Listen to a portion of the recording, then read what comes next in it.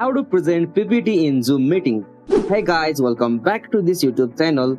Today I will show you that how can you present PPT on your Zoom meeting. So let's get started. On this process, at first you'll have to open the Zoom app on your laptop. So after you open the Zoom app on your laptop, you'll have to join a meeting on your Zoom app. So after you join the meeting, you'll be able to see such interface on your PC or laptop. So from here, to present PPT on your Zoom meeting, you'll have to go the option share. So simply click on this share icon.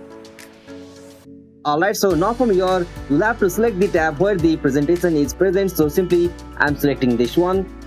Alright, so after you choose the presentation windows from here, you'll have to click on this share icon just at the bottom. Alright, so after you done this or click on that, you'll be able to present PPT in Zoom meetings. So in this way, you can share your PPT in Zoom meetings.